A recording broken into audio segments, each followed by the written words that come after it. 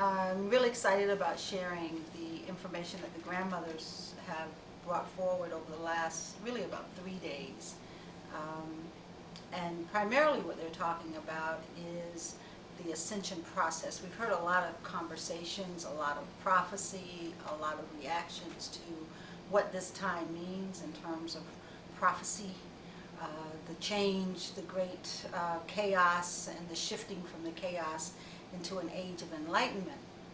And there's been a lot of speculation as we try to decipher different prophecies in terms of what the time frame is for that. And I think the most consistent time frame or window of time that has been identified according to the Mayan calendar, the Zulu, and some of the other indigenous calendars is somewhere between 2012 and 2015.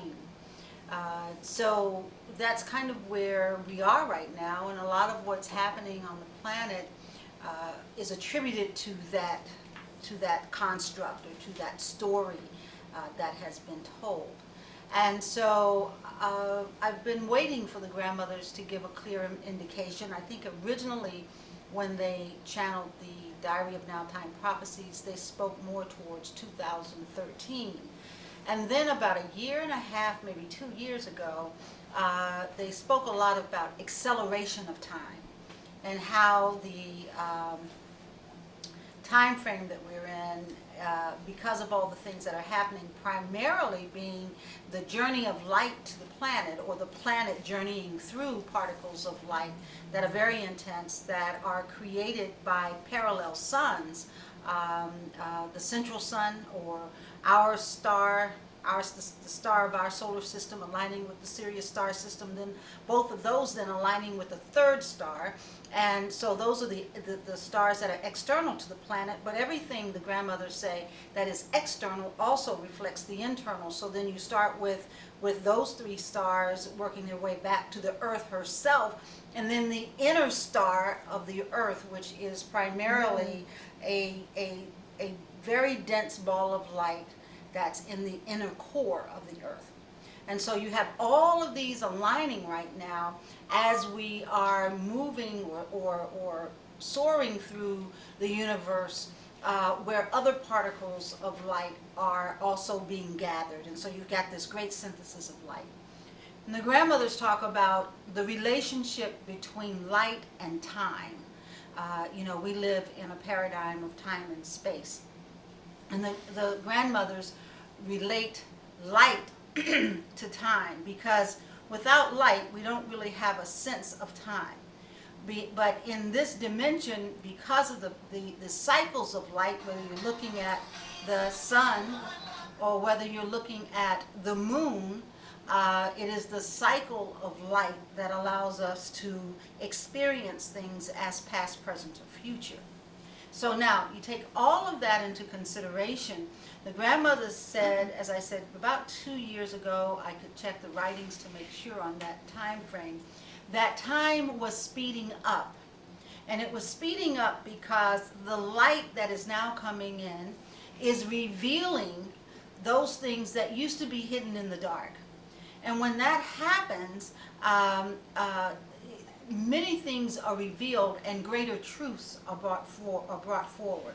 Now, truth, you have to understand again, everything the grandmothers speak of, they speak in parallel terms. So the light coming into dark places, physically revealing what used to be hidden in the dark, so that stories that used to align with the relationship of light and dark are now, some of them don't hold anymore, because there's a greater truth that has been revealed as light is revealing more and more of what used to be unknown.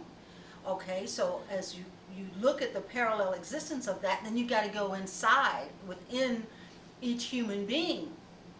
There were places within us that remained a mystery because there wasn't enough light to reveal how things work and the relationships between the inner workings of things, both on a physical level, on a higher dimensional level, but also on how time, space, matter, all of them relate and intersect. But now with the increase in light, it is creating an increase in conscious awareness, which means we're able to pull more things from the subconscious into the conscious realm now, means that our intelligence is expanding.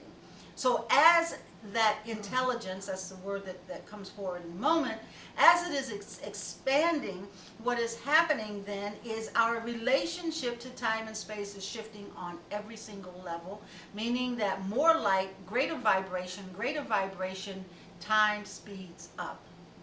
Okay, time speeds up.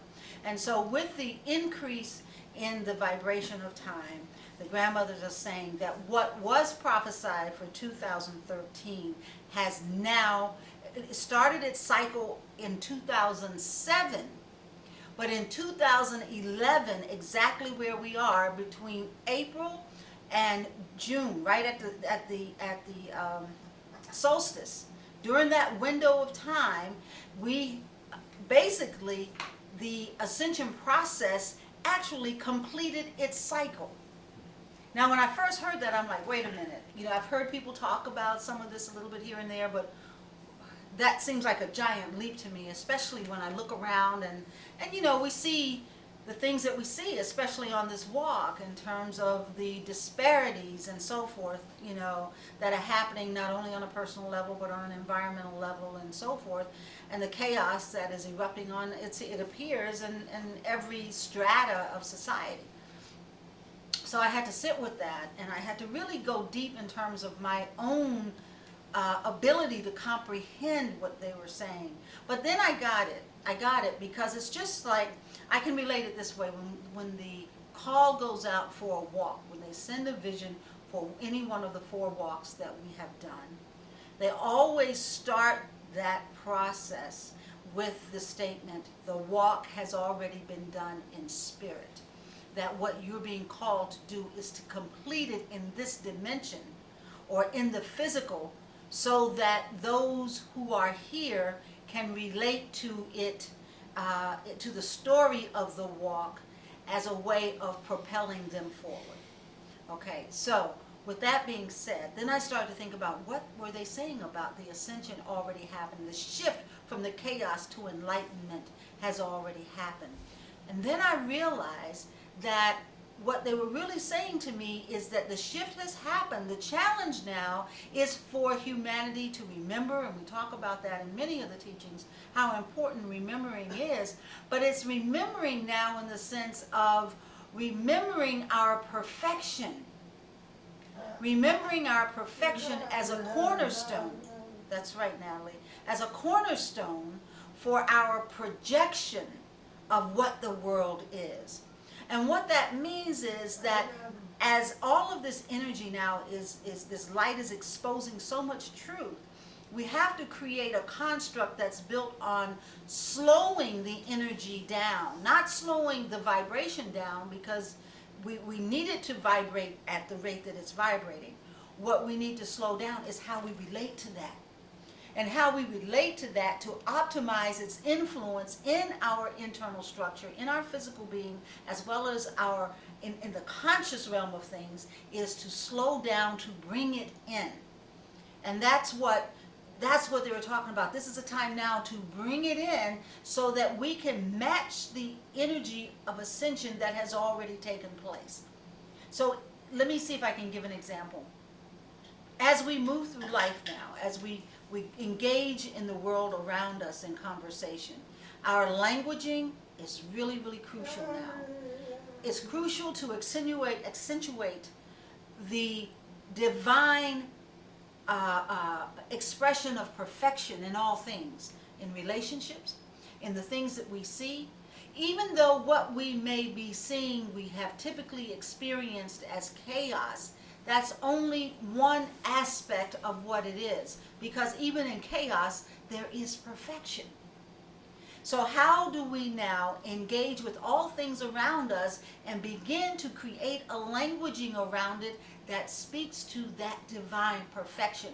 Because it's only in the shifting of that story, the relationship of the dual aspect of energy, pulling that in to the middle. It's only in that process that we can begin to match the frequency of divine perfection internally.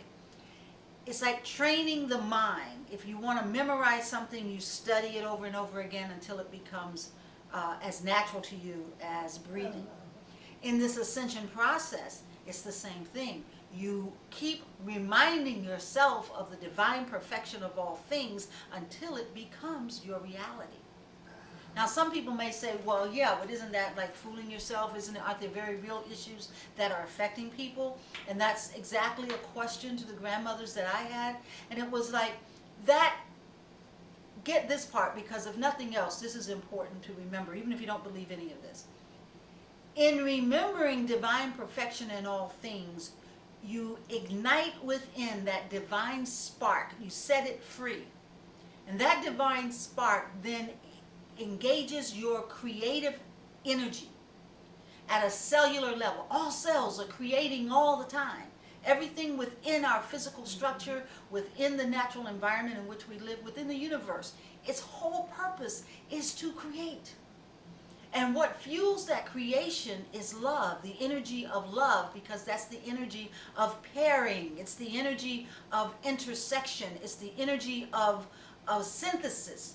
And so when we remember divine perfection, we speak divine perfection, we walk in the highest understanding of divine perfection. And I say that because it is ever evolving. Then what we do is we begin to ignite within a vibration similar to what's happening to our planet in the solar system and the galaxy. We ignite that same vibration within, and it can connect with the vibration of perfection because that's what it is. And that's its natural environment to flourish. That's its natural environment to be ignited.